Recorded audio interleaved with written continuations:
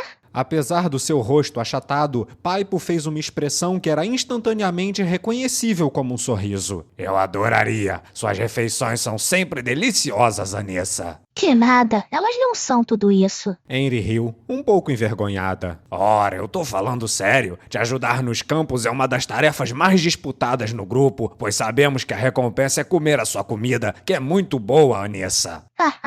Engraçadinho. Então eu vou começar a fazer almoço para todo mundo, que tal? Assim como fazíamos no café da manhã. Mesmo dizendo isso, ela já imaginava o quão difícil seria fazer algo assim. Por exemplo, havia uma boa diferença entre um almoço para 3 pessoas e um almoço para 20. Até mesmo cortar os legumes seria uma tarefa muito difícil. Além disso, ela tinha que garantir que todos tivessem porções suficientes, o que seria bem cansativo. Dito isso, em comparação com a quantidade de trabalho que os goblins tinham investido nos vilarejos e os elogios que receberam em troca, isso não era nada que pagasse o seu árduo esforço. Ah, não. Aí já seria se aproveitar demais. Até porque desfrutar do seu almoço feito à mão é como um bônus para quem ganha o direito de te ajudar, Anissa. Henry só pôde dar um sorriso atrapalhado ao radiante demi-humano ao seu lado. Embora ela soubesse que os goblins decidiram quem aceitaria o trabalho através de pedra, papel e tesoura, Henry duvidava de seus dotes culinários e não achava que valessem tudo isso. Então, vamos voltar e comer?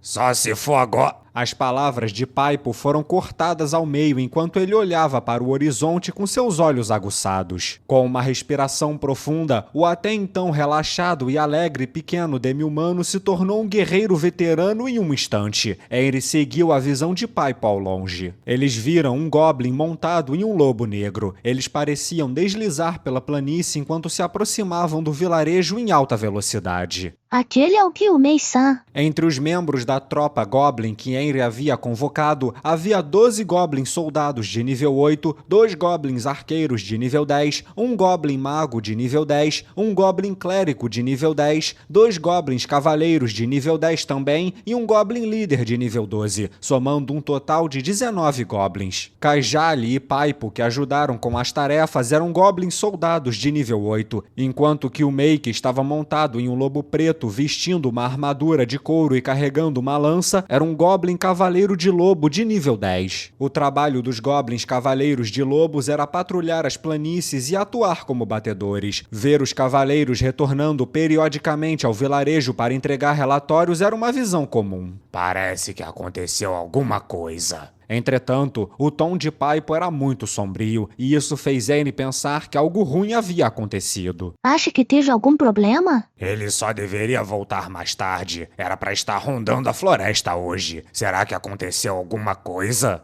Depois de ouvir a explicação de Paipo, uma onda de desconforto aumentou no coração de Henry e ela temeu que algum desastre sangrento os aguardasse. Enquanto os dois esperavam em silêncio, o grande lobo e seu cavaleiro chegaram na frente de Henry. Dada a respiração rápida deles, ela podia adivinhar o quão rápido ele tinha corrido até aqui. Aconteceu alguma coisa? Ouvindo a pergunta de Paipo, Kyumei se curvou para Henry de cima de seu lobo enquanto respondia. Sim, na floresta. O que foi? Não tenho muita certeza, mas acho que é como antes. Um monte de caras desconhecidos estão se movendo em direção ao norte. São cavaleiros? Henry inconscientemente interrompeu os dois. Mesmo que ela fosse impotente para mudar alguma coisa, ela ainda não podia ignorar a conversa. Ela ainda não conseguia esquecer o trauma de quando teve o vilarejo atacado. O monte de caras desconhecidos se movendo em direção ao norte se referia aos rastros que eles encontraram, que parecia milhares de pessoas marchando para o norte. Embora as pegadas fossem similares em tamanho às dos humanos, elas eram feitas de pés descalços, então no final concluíram que não eram seres humanos. Eu não tenho provas, mas acho que é diferente daquela vez. Sinto que algo está acontecendo no fundo da floresta. Ouvindo isso, Henry não conseguiu evitar de suspirar de alívio. Então é melhor eu me apresentar ao líder. Sim,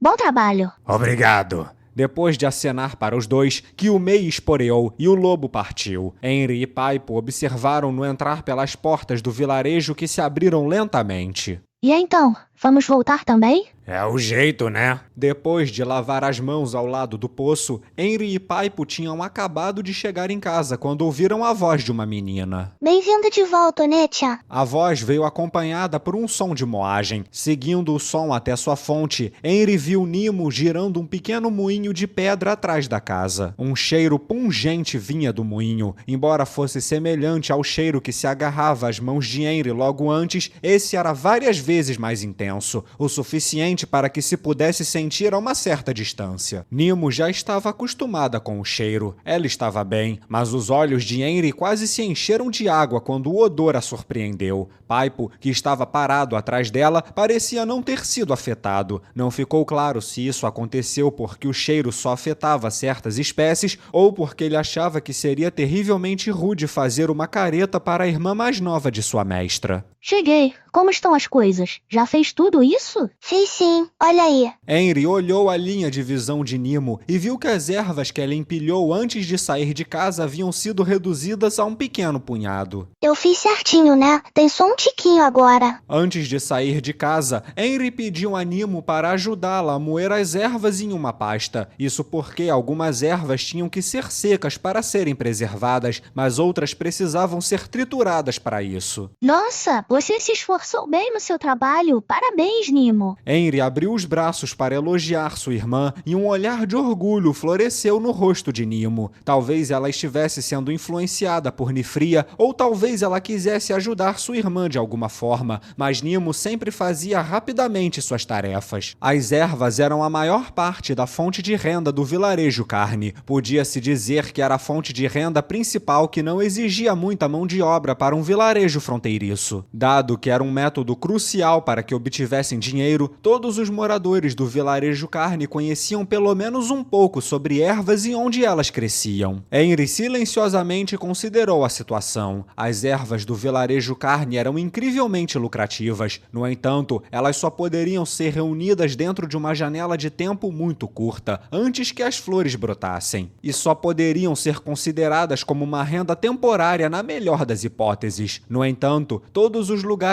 que eles conheciam tinham sido totalmente colhidos, então eles precisariam se aprofundar na floresta para encontrar ervas que ainda não tivessem sido colhidas. Porém, o fundo da floresta era onde os monstros espreitavam. Dificilmente era um lugar onde pessoas como Henry pudessem passear em um piquenique. No entanto, agora eles tinham os goblins e o experiente herborista Nifria. Se pudessem conseguir a ajuda deles, eles seriam capazes de ganhar muito dinheiro. Depois de alguma hesitação, Henry falou do seu plano para Paipo. Eu quero ir em um lugar novo para colher ervas. Você pode vir comigo? Indo pela lógica normal, não havia necessidade de Henry ir com eles. Tudo o que ela precisava fazer era dar a ordem aos goblins, esses seres fortes e destemidos, para que eles entrassem na perigosa floresta de Tob sob suas ordens e colhessem as ervas. No entanto, os goblins que ela tinha convocado tinham uma fraqueza bem estranha. Ou seja, eles não tinham nenhuma aptidão para colher ervas, simplesmente não levavam jeito para trabalhos assim. A falta de destreza deles em cozinhar se refletia nas ervas também. Eles não eram capazes de combiná-las mesmo com indicações claras na frente deles. Era algo estranho e surpreendente. Parecia que eles tinham nascido incapazes de fazer esse tipo de coisa ou até mesmo aprender como se fazia, como se alguém tivesse removido a capacidade de discernir ervas da mente deles. Portanto, se fossem designados para o trabalho de colher ervas, os goblins precisavam ter um não-goblin com eles. Claro que posso, mas pode ser um pouco complicado se você vier com a gente, Anessa.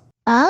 Por quê? Bem, como o que o May disse, tem algumas coisas acontecendo nas profundezas da floresta e dependendo do que seja, pode estar um caos danado por lá. Vendo a expressão de surpresa no rosto de Henry, Paipo se explicou com paciência. Mesmo os monstros mais cautelosos vão querer expandir o território. Vai ficar nesse vai e vem por um tempo, com os territórios se sobrepondo aos outros, e isso vai causar todo tipo de bagunça. Resumindo, as chances de encontrarmos monstros aumentam e o perigo também. E se tivermos azar, podemos até encontrar algo fora da floresta. A gente sabe que você é corajosa, Nissa, mas não precisa entrar em perigo. Entendi. Henry não tinha muita certeza sobre isso de ser corajosa, mas deve ser os goblins sendo cordiais com ela. Houve uma grande movimentação daquela vez. O que era? Eu não sei. O certo seria ter enviado alguém familiarizado com as condições da grande floresta para investigar. Mas se a gente for, as defesas do vilarejo vão ficar fracas. Ah, já sei. Por que não contratamos aventureiros para verificar isso? Isso vai ser difícil. Henry disse, entortando as sobrancelhas e completando.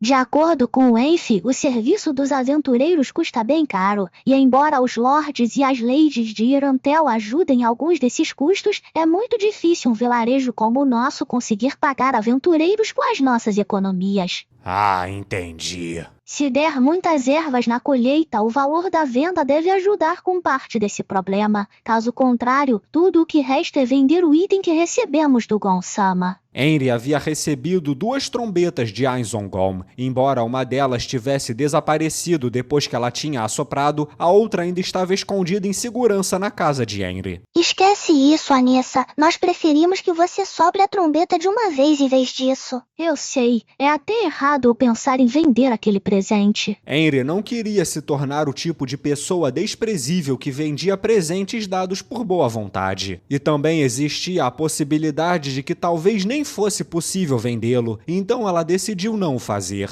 Mesmo agora, eles ainda estavam se beneficiando muito da generosidade da empregada que trouxe os golems para o vilarejo. Ela nunca iria cometer um ato tão ingrato contra Ainzongom. É um problema atrás do outro. As ervas só podem ser colhidas nessa temporada. Eu sei que é perigoso, mas eu preciso. Henry sorriu para Nimo, que tinha uma expressão apreensiva no rosto. Ela não queria entristecer a última sobrevivente de sua família, nem queria deixar passar essa chance de ganhar muito dinheiro. Quando considerava suas prioridades, ela sabia que isso era errado. Ainda assim, ela tinha que apostar a sua vida pelo bem de todo o vilarejo e reembolsar os goblins com um montante justo, mesmo que eles a considerassem como sua mestra. Eu preciso ganhar mais dinheiro e ver que tipo de equipamento posso comprar para os goblins. Armaduras completas devem ajudar muito nisso. E falando em armadura completa, aquele cavaleiro de armadura preta, qual era o nome dele mesmo? Embora ela não soubesse quanto custava armas e armaduras, Henry já tinha quase certeza de que não eram baratas. Nesse momento, Paipo estendeu a mão na frente de Henry, indicando que ela deveria esperar um pouco. Olha, eu já dei a minha opinião. opinião, mas não acha melhor discutir o assunto com o líder? Não precisa discutir essas coisas tão rápido, Anissa. Eu não quero ser repreendido pelo líder porque abri a boca sem pensar. Além disso, acho que o Anissa também gostaria de ir catar umas ervas. Ele gosta dessas coisas. Assim que os problemas de Henry estavam enchendo sua cabeça, um som adorável e gorgolejante veio do lado dela. Virando-se para olhar, ela viu Nimo olhando para ela com uma carranca no rosto. Onete, a minha barriga tá roncando. Já podemos comer? Ah, sim, me desculpe. Lave as mãos depois de juntar as ervas. Eu vou deixar as coisas prontas. Tá bom. A resposta de Nimo foi cheia de energia. Depois de desmontar o moinho, ela raspou a pasta verde que tinha acumulado em um pequeno pote. Henry então voltou para casa, imaginando o que deveria fazer pro almoço.